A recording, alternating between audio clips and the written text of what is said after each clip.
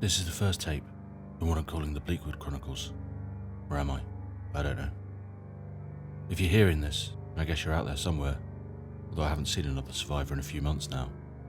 Seen plenty of Waynes. Can't get away from the Waynes. I've been on the move, best I can, moving in the light. Things seemed to get less for a while, but soon I sensed I was getting close to where it all happened, where the light came from that day. Things got more and more destroyed, just more rubble. Soon even the Waynes wouldn't go any further in. I wanted to stop. Didn't want to find out what scares the bogeyman, but I couldn't. I had to know. When I got to the middle, I found the ruins of a small town, barely even there. In the centre of the town I found a building, still standing. Can you imagine? The place was empty, save for the book, full of stories, all about a town called Bleakwood. I don't know if that's where I was, but I grabbed it. I ran. I haven't finished reading them yet, but I think that whatever happened started here. These stories, all written in different hand. Don't know what it means, but I'm sure of one thing. If there's an answer, a way back, it's in here. I'm just going to read them out. You can decide for yourself.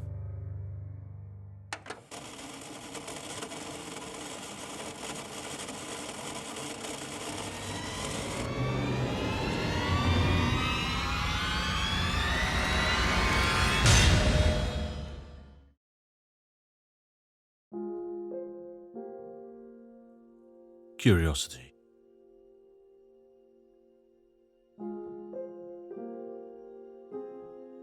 The road into Bleakwood was rough, all pockmarked tarmac and broken earth interspersed with sections of gravel laid so long ago that its stones had all been subsumed by mud and years. Toby didn't mind that. His 4x4 could handle the potholes, though the fillings at the back of his mouth couldn't. His jaw ached from the jolts and jostles. He should slow down, but he was too excited. The reason for his excitement was wedged into the dashboard, a postcard from a town he'd never heard of. "I hope this finds you well," the scrawled note started. "I found the most wonderful trinket shop, and knowing your tastes, I think you'll simply die." It was signed with a scrawl that could only belong to Terry. Good old Terry, he always found the best places. It was a strange enough hobby, chasing down trinkets from old curiosity shops, but then there were stranger ones. He never understood how so many people these days seem to think staring at a screen for 15 hours a day constituted a hobby. The problem was, he'd been in every trinket emporium, charity shop and car boot within a few hours' drive of his house. He'd bought and sold most of what he'd found in them, but then the objects themselves were hardly the point of it. He loved finding some strange wood carving of a duck for £10 in one shop, loved to take it home and pore over its details, then take it to another shop and sell it for £10, or 12, or 7. The money was meaningless. Occasionally he found something incredible, usually an ancient book, that he kept, but not that often. So when the postcard came, Toby was confused. The village was less than an hour away, but he'd never heard of it. It was there on his old A to Z map book, but somehow he'd never been. It sat in miles of isolated land, surrounded by fields and forests, with nothing to recommend it. It didn't even appear on Wikipedia, let alone TripAdvisor, but it had an endorsement from no less an authority than Terry himself. As far as Toby was concerned, that was like getting the word of God. He arrived in the town under a slate-grey sky, which hardly imbued the place with majesty and wonder, but still seemed like any other small English town. Buildings of quiet beauty and splendour sat alongside concrete boxes of drag malignancy, with people walking around them with heads bowed by the weight of their lives. The curiosity shop's location was marked on the postcard, but finding it wasn't that hard. The town had a central strip that ran along the main road, with a wide open green on the other side and a thin strip of parking. Strangely, for a town this size and a Saturday afternoon, there were only a handful of cars parked up. Toby took a space at the end and got out. The grey sky issued forth a mist of fine drizzle, enough to stop Toby from taking in the delights of the strip's other shops. Instead, he ducked right towards the curiosity shop, its aged storefront standing back from the modern facades of the post office and the pharmacy, both of which looked a good 100 years newer than the shop he was aiming for. The windows were murky and all seemed dark inside, but when he pushed on the door, the crack of warm light grew to a warm embrace. He stepped inside. Yes, Terry had been right. The The shop was not large, but that didn't stop there being hundreds, possibly thousands of objects along its many surfaces. No doubt the average person would walk in here and be overwhelmed by the place, possibly decrying the contents to be tat after a few cursory examinations. But Toby wasn't your average person. Within the first few glances, he'd identified a genuine African tribal mask, some Doulton china figurines, Art Deco ashtrays that were worth a few £100s, and a set of pre-Victorian maps of the Empire housed within exquisite frames. Everywhere he looked, he saw another opportunity to spend. He should have taken out a loan first. "Good afternoon," a voice called out from behind the counter, a man Toby hadn't even noticed at that point. Small, squat, aged north of 40 but somehow indeterminable beyond that. "Wicked out there, isn't it?" Toby smiled. "Isn't it just? Just thought I'd pop in out of the rain." The keeper smiled. "Of course. Well, feel free to browse. Let me know if you have any questions." Toby nodded. The keeper was on to him. Must not have played it cool enough at the sight of all this, but then, who could blame him? Oh well, he couldn't lowball the man, but as he picked up a small globe, ornately carved and at least 100 years out of date, he realised he probably wouldn't have to. The price tag, a tiny yellowed card on an ancient string, said £2. For the first time in his life, Toby wished one of these places had a shopping cart. He was a good few minutes into his search when he found it. Didn't say what drew his eye to it. It wasn't the most enticing thing visually. A small, leather-bound book, or at least it looked leather-bound. Upon closer inspection, as he turned it over in his hands, the cover was of an animal skin, but not leather. It had a deep russet hue, its edges well worn with age. 2 thin strips of silk bound it, and the edges of the paper inside were gold leaf, or had been. Much of that was gone. He looked up at the keeper, who was watching Toby intently, a grin fixed on his face. "May I?" Toby asked. The keeper nodded. Toby pulled on the old silk. What looked like a knot bound for centuries unravelled with a simple pull. Toby opened the first page. Ink blotted the pages, scratches in an ancient ink barely faded with time. A date headed the writing. June 19th, 1676. Bleakwood. "The date of the trial draweth nigh. I am afeared." Toby closed the book, his hands trembling. This book was 3.5 centuries old. He should not be handling it with his old worn hands. And talk of a trial at that time? This could be worth thousands. How much is this?" he asked, holding the book up with as light a touch as he could muster. As he held it aloft, it was as though the room shrank away from it, creaking, the shadows moving across thousands of trinkets, nay history. The keeper took in the change with a wry smile. Toby didn't care, he just wanted the book. "Ah," the keeper said. "That, I'm afraid, is barter." "Barter?" "Yes. You must offer something of equal or greater worth." Toby's heart pounded. This was exactly what he wanted, thought he did. He'd love to barter, to bargain, to engage in a dance with a keeper like this. But not today. Today he simply had to have this book. He wanted to throw down money on the counter and flee. The keeper cocked his head. "Do you have anything to barter?" Toby stammered. Everything in his satchel seemed pathetic and tawdry compared to the book. He thought he'd be bartering an old carriage clock for a piece of ephemera, at worst. He should have known better. "Curse you, Terry, why did you have to find this place?" "No?" the keeper asked. Toby put the book down, hating the sensation of air on his palm as the book left it. He hurried to the counter. I have... Emptying his bag out onto the counter only confirmed how pitiful the offerings were. Still, the keeper picked through them, adjusting his eyeglass to pick each one up, making a show of properly appraising them, though they both knew the awful truth. It wasn't enough. The keeper rubbed his smooth chin and shook his head. "I'm sorry." Toby sighed. Okay, he could think about this. Come back another day. For all he knew, that book had been stuck on the shelf for decades. Besides, he knew better than to indulge in impulse. He had to go home. This place was too intoxicating, too... "Unless," the keeper said. "Yes." "I can see that this means a great deal to you. Perhaps you could help me with something." "Anything. I could try, certainly." "Come with me." The keeper turned, heading through a curtained door that Toby hadn't noticed behind him, its plush velvet blending in seamlessly with the rest of the room. Toby couldn't see any way to get behind the counter to join him, so had to fumble awkwardly until he found a hinge on the countertop. It creaked open as though its hinges hadn't been called into action in some time. The counter was mahogany and heavy. Toby had to strain to hold it up long enough to squeeze himself under. Behind the counter was a mess of tiny boxes and enough dust to fill a Steinbeck novel. Couldn't tarry, though. The sounds on the other side of the curtain beckoned. He put his hand on the silk and paused. The man was gone. Nobody was watching the store. He could run, grab the book, run out the store, get in his car and go. Toby had half turned back towards the shop when another thought struck him. What if the book was only a hint of what was to come? Maybe by selecting it, he'd shown the keeper he was worthy of more. He pushed through the silk. Beyond the curtain, cooler air and darkness. Toby let his eyes adjust to the dark and found himself in a corridor, brick-walled, red brick, crumbling with time. His fingertips brushed the sides of them and found them wet, mossy. A sweet smell wafted up from the far end, a sickly scent that seemed to mask something underneath it, a tang not on the air but felt at the back of Toby's throat. Just a little further to take the book.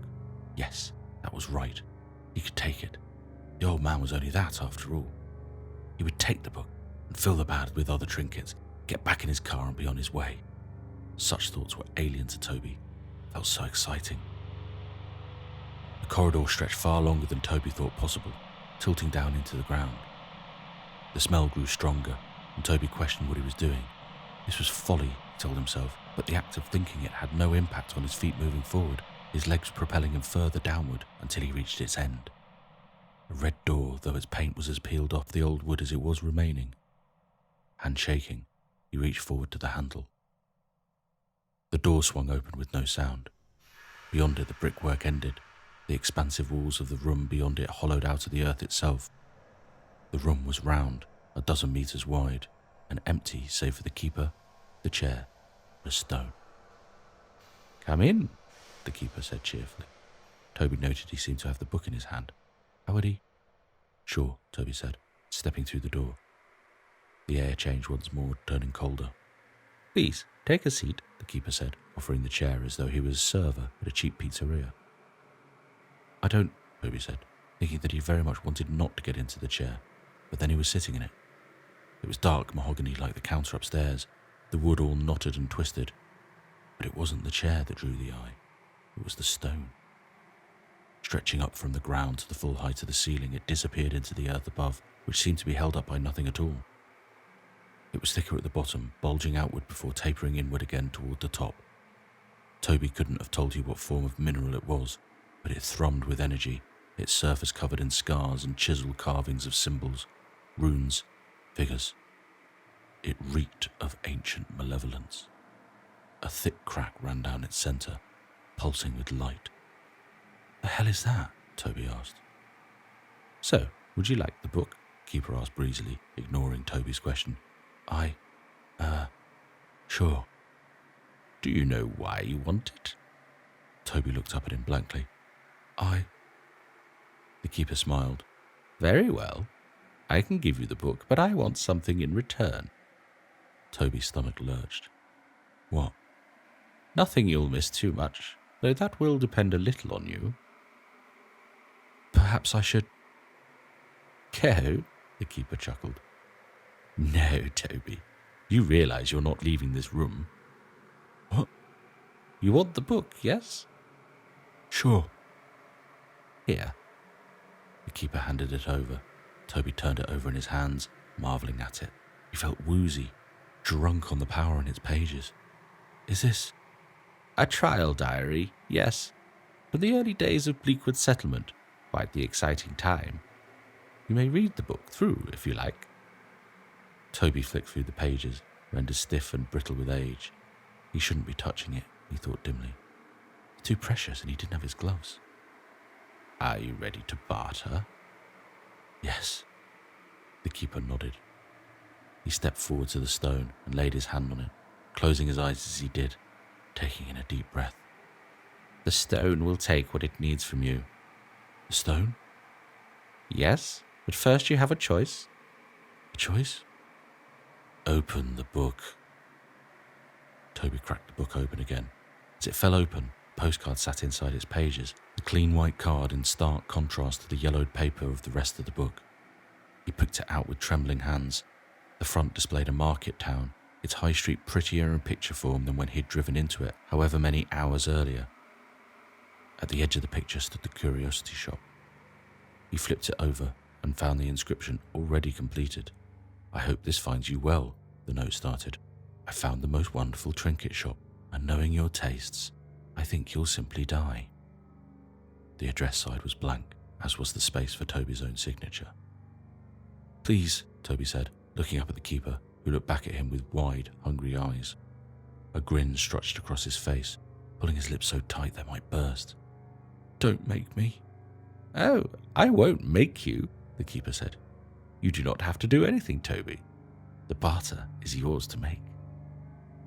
Toby looked down at the ground. A wide red stain surrounded the chair. Not fresh, something deeply ingrained in the dust and dirt of the hollow cavern floor. Toby bit his lip, thinking it might free him, might call him back to some reality where this room was just a dream and he wasn't facing off against some totemic. The stone stayed in place. "Just a name," the keeper said. "Brian Edwards," Toby replied, the name leaping to his lips unbidden. He looked down at the card and watched as his own handwriting added the name to the postcard, as well as an address and his own signature.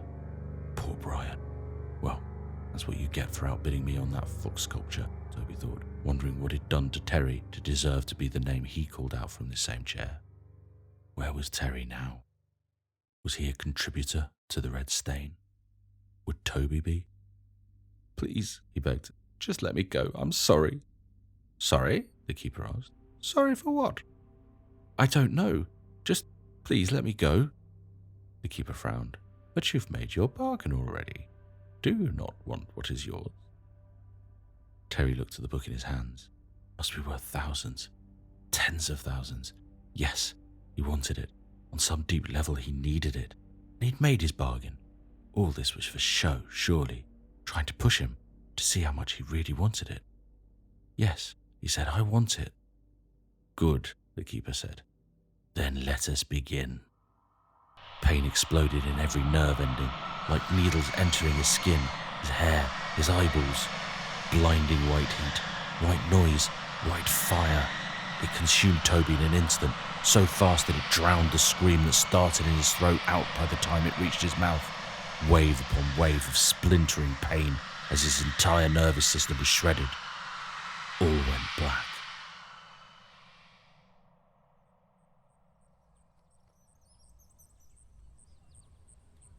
When Toby opened his eyes, he found himself back in his car, in the thin slice of parking opposite the shop. Sweat dripped down his face, pooling and dripping off his chin, soaking through his clothes. He was alive. Panting, he looked down at the book in his hands. Already the sweat from his palms was marking the pages. He set it down carefully and stared back at the little shop. What had just happened down there? His stomach turned. Blinking, he found the white light behind his eyes still. He had to get out of here. Turning the ignition, he tried to get his breathing under control. It was over. But somewhere in his head, a voice unlike any he'd ever heard. The image of the stone appeared in the afterburn of white light behind his eyes. "I'm not done with you yet."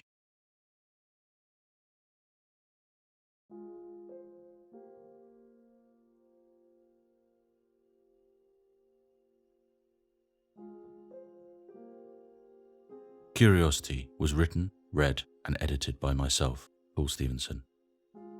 Paul Stephenson writes pulp fiction for the digital age. His first novel series, the apocalyptic Blood on the Motorway trilogy, has been an Amazon bestseller on both sides of the Atlantic. His work has been featured on the chart-topping horror podcast, The Other Stories, and his new ebook serial, The Sunset Chronicles, is a dystopian sci-fi thriller that will terrify and delight fans of science fiction and horror alike. He lives in England with his wife, 2 children, and 1 hellhound. He is also one half of the All Creatives Now team with fellow horror author Kev Harrison. Check out his work at paulstephensonbooks.com or find him on Twitter at PRSBooks.